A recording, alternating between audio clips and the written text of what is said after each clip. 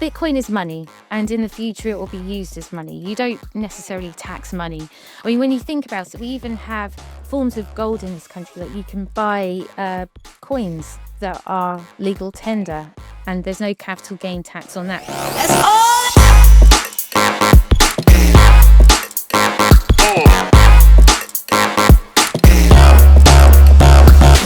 Welcome to the BeInCrypto Podcast, where we keep you updated on the latest events impacting crypto today. In this episode, we are going to talk about a pressing issue affecting the crypto community in the United Kingdom: tax compliance. The UK has been falling behind in the global race for Bitcoin dominance over what critics call overregulation, debanking, and overall lack of clarity. Today, we are going to dive headfirst into the UK's current tax laws and whether they are crypto-friendly or not. I'm so excited to introduce our guest today, Susie Violet Ward. Susie is the co-founder and CEO of Bitcoin Policy UK, and she is also a fellow Bitcoin journalist.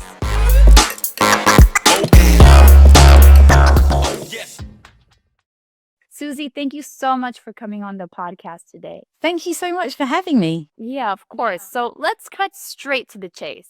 What is the single most burdensome or confusing aspect of UK crypto tax law that users are facing in the United Kingdom today? Well, apart from the fact that they're too high, that aside, I would say that the single most burdensome issue is the swaps, because swapping in and out of different assets, they're treated as disposals. And if every trade or every swap triggers a taxable event, then that just makes record keeping really, really difficult. So trying to work out your tax bill on that becomes very burdensome and expensive and unwieldy. And, HMRC is clear that exchanging tokens counts as a disposal. So with gains and losses needing to be tracked and reported, I just don't see how that's possible, especially if you're doing lots and lots of different trades in a day. I mean, but before we continue, I'd just like to say that my expertise is really in Bitcoin. I'm not really a crypto person. There is a huge difference between Bitcoin and crypto. That Bitcoin is a decentralized protocol that it can be used by anybody that's borderless, permissionless, and neutral, whereas cryptos are VC companies, and within crypto there are NFTs, there are digital tokens. You've got a lot of companies and technologies, and so they're not the same. So when we're having this conversation, I'm going to try and make it really clear the difference between Bitcoin and crypto, because largely I'll be talking about Bitcoin. However, that question, because our FCA don't understand the difference between Bitcoin and crypto, has to be answered from a crypto point of view. Absolutely. So the FCA doesn't recognize the differences between Bitcoin and crypto. Do they use kind of an umbrella term to define all of crypto? Exactly that, yeah. So like I just explained, one's a completely decentralized protocol that takes up 60% market cap of the overall crypto industry, and the others are technologies or VC companies. They're not even remotely the same thing. However, they're all given the same risk profile under the FCA.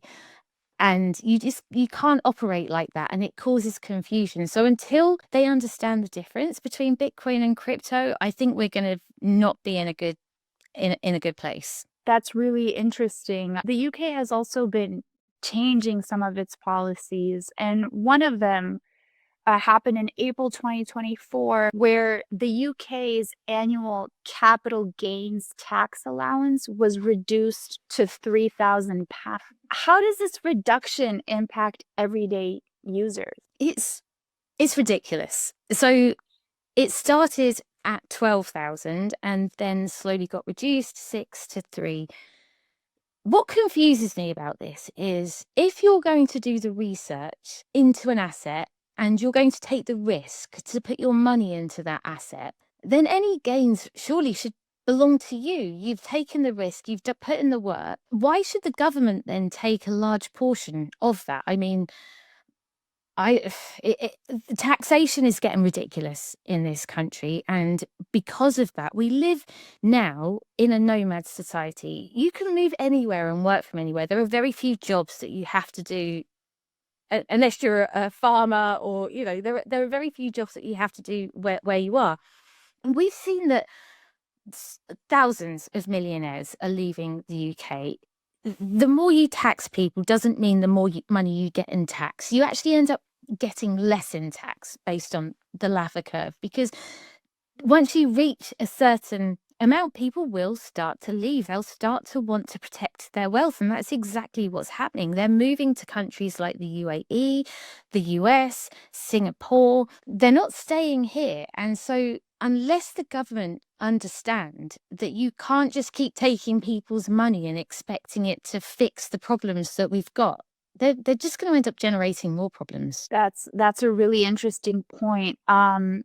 Especially because Reform UK, Britain's far right party, they have, for example, floated the idea of a flat 10% crypto tax and even allowing tax payments in Bitcoin, which would be a huge move away from current politics around crypto in the UK.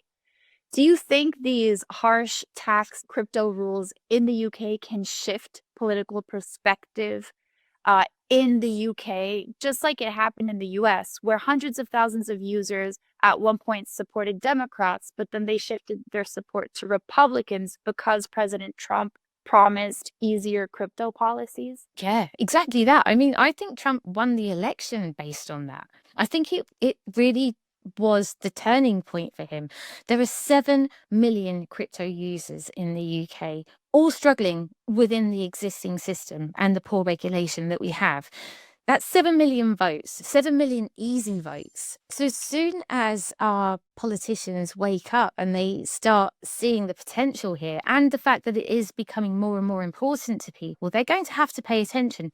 And Reform, I mean, I know that they are known as a far-right party, but I do think that the terms left and right are very, very unhelpful, because I would consider myself a lefty, potentially, although I don't consider myself anything really, but if I had to be pigeonholed, I would. But I think that a lot of their policies are very, very sensible. And I think that when you align with a party and you give them these labels, you miss the good things that come out of these parties. For example, their recent crypto bill that they put out. It's one of the best that we've seen. And we are going to be working with them to help refine that over the next few years, because they could potentially be our next government. But the 10%, down to 10%, it's welcomed, and it will make a difference. I think it should be zero, to be fair, though. I don't think there should be any capital gains on Bitcoin. I'm not saying there shouldn't be capital gains on crypto. I just don't think there should be any capital gains on Bitcoin. Bitcoin is essentially money. That's really interesting. And it's going to be really interesting to see how that develops in the near future. I also wanted to touch on the privacy side of Bitcoin. Exchanges will now be sharing data with HMRC, the UK's tax authority. How worried should users be about personal privacy and data misuse? This is a brilliant question. They should be terrified, like truly terrified. It was only a couple of months ago that HMRC had a hack with 100,000 users' data that can now be bought on the dark web. So if you think that these exchanges are collecting your data, collecting your ID, it's then being attached to your transactions and your home address, this will be harm that comes into the real world. We've already started to see people where there've actually been kidnappings, fingers cut off. I mean, this actually results in physical harm. It comes into the real world, and they want to know everything about us, but they won't do anything to really protect our data. So if you're collecting data from exchanges, not only is it going to be incomplete, but you can't, as we discussed earlier, you can't track every single transaction. And it's going to be almost impossible to work out your tax bill. But because everything will probably end up being run through AI, if the system spits out that you've done something wrong, then it'll be almost impossible to contest it as well, on top of the actual dangers of KYC. Now, with regards to KYC, is they have put in they've put in a rule called the FATF travel rule, and this means it's also to do with exchanges but also transactions. It means that your data will travel with the transaction for quite a low amount. That is a rule that was actually implemented in the traditional financial system and has been in place for over 10 years to stop anti-money laundering and illicit activities. 3 to 5% of global GDP in the current financial system is to do with supposedly to do with illicit activities, but even then they say that they really have no idea, and that figure hasn't actually changed. So if they're implementing a rule that has been proven not to work in the traditional system into crypto, where Chainalysis actually says that 0.14% of crypto transactions, not even Bitcoin, but crypto transactions, are used for illicit activities, we know that we've already got ways of tracking what we need to. We know the illicit activity is not happening there because it is easy to trace. We know that illicit activities are happening in the traditional system and the FATF travel rule didn't stop anything there. And we also know that it causes harm, physical harm, because they're not protecting our data. It's a honeypot for hackers. And if they can't protect us and it results in physical harm and it doesn't actually result in any net positive for the industry, for finance, for money laundering, for illicit activities, etc., you've got to ask yourself, why are they doing it? Yeah, absolutely. That's a really interesting perspective. Another notable aspect of the UK's approach to Bitcoin and crypto in general, which I thought was pretty notable, was that the UK requires users themselves to meticulously track every single transaction. This can be from buying an NFT to token swapping. Do you believe this level of thoroughness is a realistic expectation for everyday users? Almost impossible. I don't know how you could track it across different exchanges, wallets, activities, platforms. And you're going to collect it all, and some are going to be small transactions, some are going to be big, and there are some rules where if you sell and then buy back within 30 days, then you don't get subject to capital gains in some instances. So I just don't know how they're going to work this out. But what I do know is that they're going to think that the information that they have is correct, and that a lot of people are going to end up getting into trouble but through no fault of their own. And it'll probably be really, really difficult to sort out because everything will be done via a computer, and the human being at the other end will just be completely reliant on these flawed, faulty systems. That's really interesting. So say you have an appointment with the chancellor tomorrow and you have the opportunity to pitch one single tax change for Bitcoin. What would it be? It has to be get rid of the tax on Bitcoin completely. Bitcoin is money, and in the future it will be used as money. You don't necessarily tax money. I mean, when you think about it, we even have forms of gold in this country. Like you can buy coins that are legal tender, and there's no capital gain tax on that. So we have examples where this has already been the case. So once they understand that Bitcoin is money and they understand what it can do for the UK, how it can grow innovation, how it will help businesses. I mean, businesses are now putting Bitcoin on their balance sheet as a way of helping support businesses that are struggling and need an extra boost. They're using Bitcoin as a balance sheet treasury asset to bridge that gap.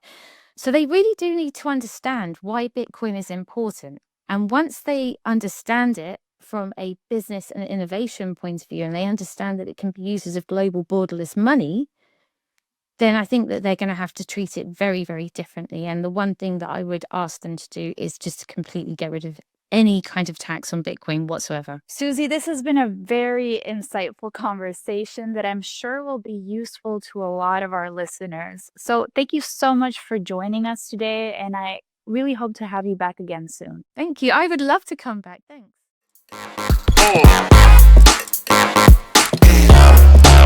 That's all.